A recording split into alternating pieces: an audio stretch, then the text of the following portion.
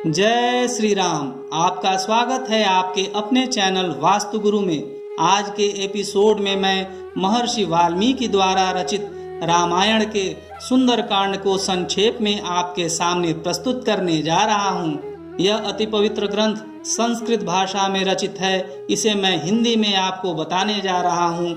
इससे पहले हमारे चैनल को सब्सक्राइब, लाइक और शेयर करें। कमेंट बॉक्स में कमेंट करें एवं बेल आइकॉन यानी घंटी वाला बटन ऑल ऑप्शन में जाकर जरूर दबाइए, जिससे आने वाले एपिसोड की जानकारी आपको मिलती रहे।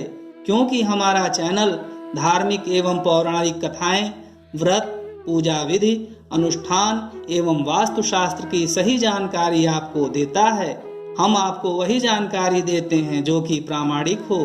तो आइए भगवान श्री राम का स्मरण करते हुए सुनते हैं सुंदर कांड की संक्षिप्त कथा।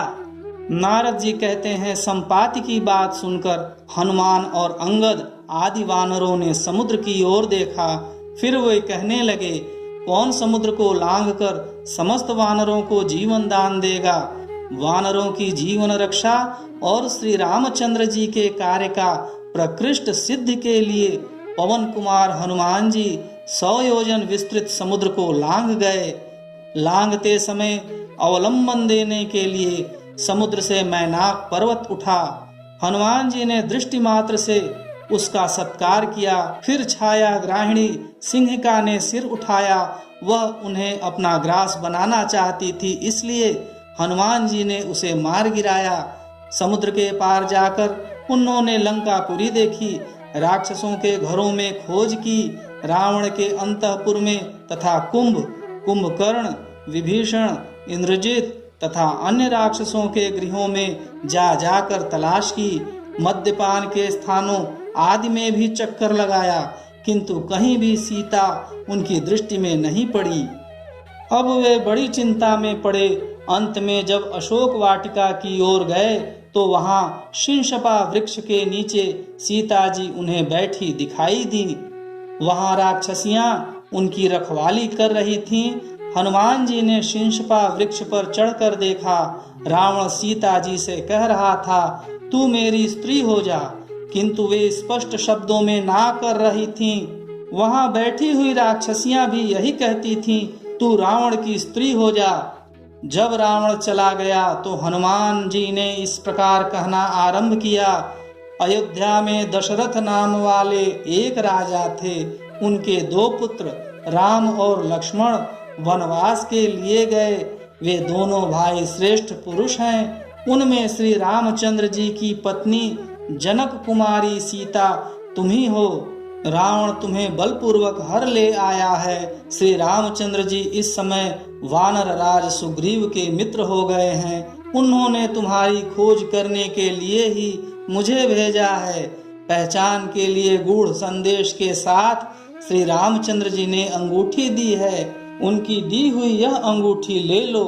सीता जी ने अंगूठी ले ली। उन्होंने वृक्ष पर बैठे हनुमान जी को देखा।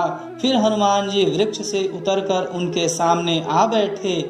तब सीता ने उनसे कहा, यदि रघुनाथ जी जीवित हैं तो वे मुझे यहाँ से ले क्यों नहीं जाते। इस प्रकार शंका करती हुई सीता जी से हनुमान जी ने इस प्रकार कहा, देवी सीते, तुम यहाँ हो यह बात श्री रामचंद्र जी नहीं जानते। मुझसे यह समाचार जान लेने के पश्चात सेना सहित राक्षस रावण को मारकर वे तुम्हें अवश्य ले जाएंगे। तुम चिंता न करो, मुझे कोई अपनी पहचान दो। तब सीता जी ने हनुमान को अपनी चूड़ामणि उतार कर दे दी और कहा, भैया अब ऐसा उपाय करो जिससे श्री रघुनाथ जी शीघ्र आकर मुझे यहाँ से ले चलें। उन्हें कौवे की आंख नष्ट कर देने वाली घटना का स्मरण दिलाना। आज यहीं रहो, कल सवेरे चले जाना। तुम मेरा शोक दूर करने वाले हो। तुम्हारे आने से मेरा दुख बहुत कम हो गया है।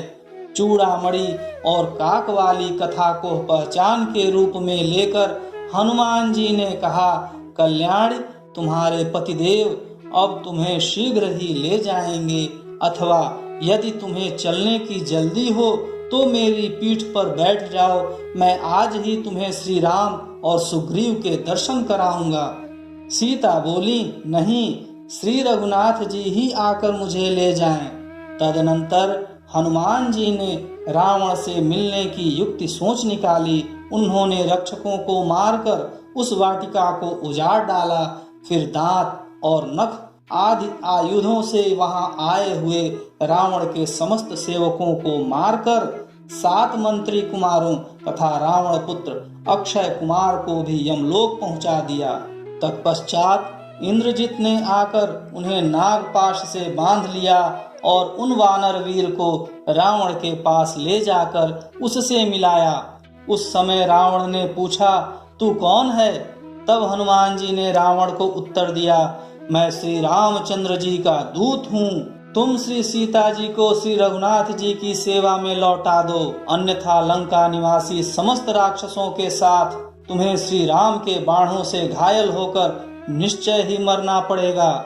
यह सुनकर रावण हनुमान को मारने के लिए उद्यत हो गया, किंतु विभीषण ने उसे रोक दिया। तब रावण ने उनकी पूंछ में आग लगा दी, पूंछ जल उठी।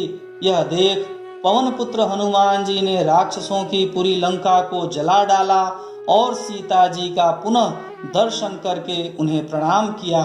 फिर समुद्र के पार आकर अंगद आदि से कहा, मैंने सीता जी का दर्शन कर लिया है। तत्पश्चात अंगद आदि के साथ सुग्रीव के मधुवन में आकर दधिमुख आदि रक्षकों को परास्त करके मधुपान करने के अनंतर वे सब लोग श्री रामचंद्र जी के पास आए और बोले, सीता जी का दर्शन हो गया। श्री रामचंद्र जी ने भी अत्यंत प्रसन्न होकर हनुमान जी से पूछा। श्री रामचंद्र जी बोले, कपिवर, तुम्हें सीता का दर्शन कैसे हुआ? उसने मेरे लिए क्या संदेश दिया है? मैं विरह की आग में जल रहा हूँ।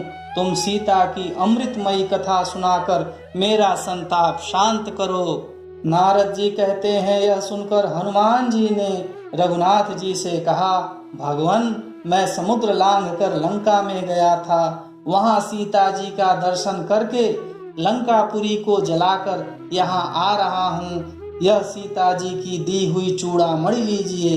आप शोक न करें, रावण का वध करने के पश्चात निश्चय ही आपको सीता जी की प्राप्ति होगी। श्री रामचंद्र जी उस मणि को हाथ में ले विरह से व्याकुल होकर रोने लगे और बोले, इस मणि को देखकर ऐसा जान पड़ता है मानो मैंने सीता को ही देख लिया। अब मुझे सीता के पास ले चलो, मैं उसके बिना जीवित नहीं रह सकता। उस समय सुग्रीव आदि ने श्री रामचंद्र जी को समझा बुझाकर शांत किया। तदनंतर श्री रघुनाथ जी समुद्र के तट पर गए। वहां उनसे विभीषण आकर मिले। विभीषण के भाई दुरात्मा रावण ने उनका तिरस्कार किया था। विभीषण ने इतना ही कहा था कि भैया, आप सीता को श्री रामचंद्र जी की सेवा में समर्पित कर दीजिए। इसी अपराध के कारण उसने इन्हें ठुकरा दिया था। अब वे असहाय थे। श्री रामचंद्र जी ने विभीषण को अपना मित्र बनाया और लंका के राजपद पर अभिषिक्त कर दिया। इसके बाद श्री राम ने समुद्र से लंका जाने के लिए रास्ता मांगा। तब उसने मार्ग नहीं दिया तो उन्होंने बाणों से उसे बींध डाला। अब समुद्र भयभीत होकर श्री रामचंद्र जी के पास आकर बोला, भगवान, नल के द्वारा मेरे ऊपर पुल बंधाकर आप लंका में जाइए। पूर्व काल में आप ही ने मुझे गहरा बनाया था। यह सुनकर श्री रामचंद्र जी ने नल के द्वारा वृक्ष और शिलाखंडों से एक पुल बंधवाया और उसी से वे वानरों सहित समुद्र के पार गए। वहां सुवेल पर्वत पर पड़ाव डालकर वहीं से उन्होंने लंकापुरी का निरीक्षण किया। इस प्रकार रामायण कथा के अंतर्गत सुंदर कांड का वर्णन किया गया, जिसका आपने श्री राम का स्मरण करके रसपान करना चाहिए। और रामायण के सभी कांड की कथा का रसपान करने के लिए हमारे चैनल को अवश्य सब्सक्राइब, लाइक और शेयर करें। जय श्री राम।